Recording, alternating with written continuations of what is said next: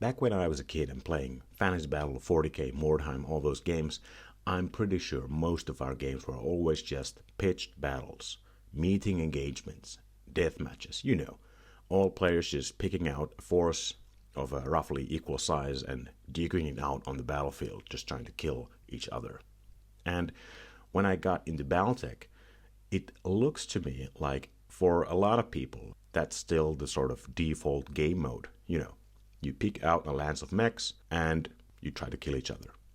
And I think that's a sort of a shame, because now that I'm older, I try to engage with the gameplay mechanics of games, and I try to get the most out of them, as well as getting like a narrative experience out of the game.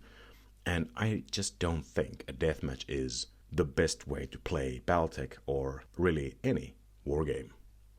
In this video, I just wanted to talk about 3 reasons for why I think that is. First one is a narrative reason. I think games are going to be more interesting narratively if you pick out pretty much any sort of game with an objective or something. And the second one is, I think the gameplay is a lot better and more interesting. It actually enhances how the game plays if you have objectives. And the third one is, I think games generally tend to be a little bit faster if you're playing a scenario or something. And I also wanted to provide a couple of links to some resources on how to start playing objectives in a very quick and painless fashion. The first reason I think everyone should be playing scenarios and objectives in BattleTech is probably the least important in terms of getting, pure enjoyment out of the gameplay. But depending on your profile as a wargamer, it might be more important. But it is the narrative reason for playing anything else than a deathmatch. If you're playing a deathmatch, that's pretty much all you're going to get unless you're thinking about what's happening in advance. Why are these 2 forces clashing? Who knows? They're just, they're going to be out on a field or a forest or whatever and trying to kill each other. It's not very interesting, is it? Of course, you're always going to have these emergent narrative events happening in the game, like a particularly exciting charge or, a lucky shot or whatever. And that is, the basic idea of playing BattleTech. You're going to get these cool events happening in the game. But if you pick out a scenario, if you pick out an objective game mode or something, you're instantly going to have a richer base to imagine why it's happening. You're going to give it a reason for happening. Take a very basic scenario. A lance is protecting an objective and the other one is trying to destroy it or capture it. Now, your mind should already be racing with ideas, with, little questions. What is the objective? Why do they need to protect it? Why is the other lance trying to destroy it or take it? And why does the game end in 10 turns? You're already trying to fill out the narrative in your brain with these little questions. And I think that makes for a more engaging game because you know why you're playing the game. After all, we are playing war games to create an experience for us. So that's why I think scenarios and objectives are very good for narrative reasons when playing BattleTech or really any war game. The second reason I think everyone should be playing objectives in BattleTech is I really think it brings out the best in the gameplay system. In a previous video I talked about what I think are the best parts of BattleTech's gameplay, and my position was that movement and positioning are actually the best and most interesting parts of actually playing BattleTech. And I think playing a scenario or an objective is going to enhance that part of the gameplay system. If you're just playing a deathmatch, very often the game just devolves into 2 battle lines shooting at each other and trying to kill one mech so that they can surround the other, or maybe they just do the old conga line where everyone's just trying to shoot into each other's backs.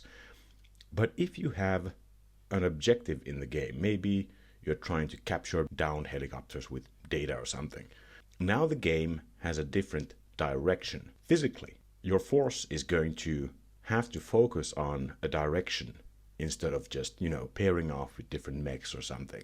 You're going to have to focus on something that's not your enemy.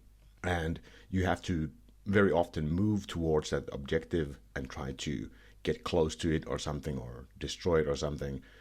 And this opens up the gameplay in a new sort of way. If you prioritize the objective, you suddenly have to make decisions that might not be the best decisions in terms of the survivability of your units. Maybe you only have 2 more turns left in the game, and you have to get up and close to the objective. Consequences be damned. And now you're opening up your flanks and your rears to your enemy, but you have to do it. So this already creates a different dynamic to the game. You're going to have to very, very carefully weigh your options in the game. There's tons of different things that will happen if you try to play an objective. Also, it opens up the game for combined arms as well, I think, because especially infantry, but also VTOLs and vehicles are going to have quite specific roles. So you might want to take that infantry squad or platoon if you know you're going to be playing a game where that's actually going to be useful. In a deathmatch game, it's not going to be very useful, probably. So I think in that sense, playing objectives and scenarios is going to bring out the best of BattleTech's gameplay in many ways. The third reason is sort of linked to the previous one, and is the length of the game and the speed of the game.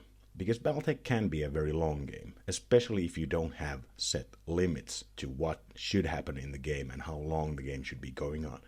I've played BattleTech games that lasted for 20 turns, and not much happened. Just mechs trying to fire at each other and nothing much happening. I've seen games, I've observed games where I've been talking for an hour next to the game, and when I look at the game happening on the table, nothing has happened. And it's just gone on. Because the game doesn't have direction. Nothing is happening. You're just missing shots, trying to maneuver. Nothing really is happening. And the game can drag. Mechs can be extremely durable.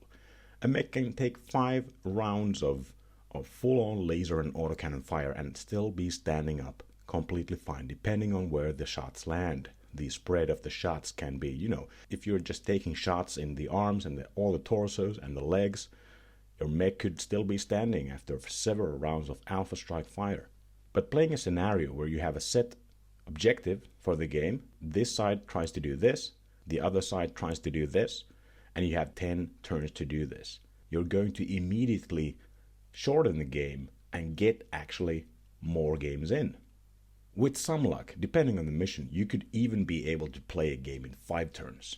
That's, it could happen in any deathmatch game, but it's fairly unlikely. That's just how the dice roll. You probably aren't going to be able to finish your opponent's lands in 5 turns, but you could finish an objective in 5 turns, and then you can play the next one. And that's why I think everyone should also be playing scenarios and objectives. You can actually play more BattleTech if you do that. On top of the games being more interesting narratively and gameplay-wise, you're playing more. Now, this video wouldn't make much sense if I didn't provide some options on how to play these scenarios, where to find these game modes. Especially if you're a new player, you might not have a lot of official books and stuff. The Game of Armored Combat Beginner box, Clan Invasion, Alpha Strike box, they're all going to have a couple of pretty good scenarios in the rulebook, and you should try those first of all, I think. But as soon as possible, move on to something more interesting, I would say. Of course, the official rulebooks, Total Warfare and the Alpha Strike rulebook, are going to have a couple of pretty good scenarios in there, as well as the source books. The various supplements for BattleTech are going to have a lot of different scenarios. For example, the Battle of Tukaid book is going to have a couple of very cool scenarios you can try. But there's also a wealth of free options out there, free resources, and I wanted to talk about 3 of them very briefly. The first one is Death from Above Wargaming. They have this BattleTech Combat Missions booklet that has a ton of different scenarios, very well thought out for use in their own sort of tournament system. I think this is very popular. I know some people like to play these scenarios, and they are very well made. I think there's a little bit of a problem in the formatting of the scenarios. If you're playing on hex maps, you might want to think about how you actually set up the game. I think they have very, very big gaming tables intended for these games and you might not have that space, but you can figure it out. Just use your best judgment on how you could fit these games into a different size table or something if need be. But this is very highly recommended in my opinion. It's a very nice resource.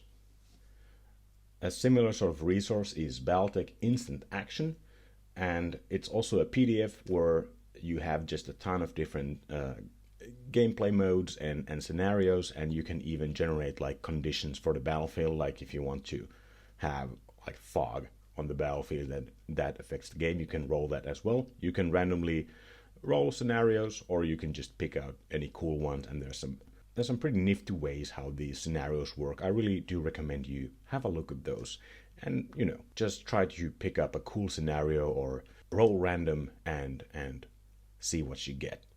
And I also wanted to shout out the Skirmish Engine. This is meant for Alpha Strike, but you could use this for BattleTech as well if you just want to have a very quick way to generate, a rough idea of a game you want to play with your friend.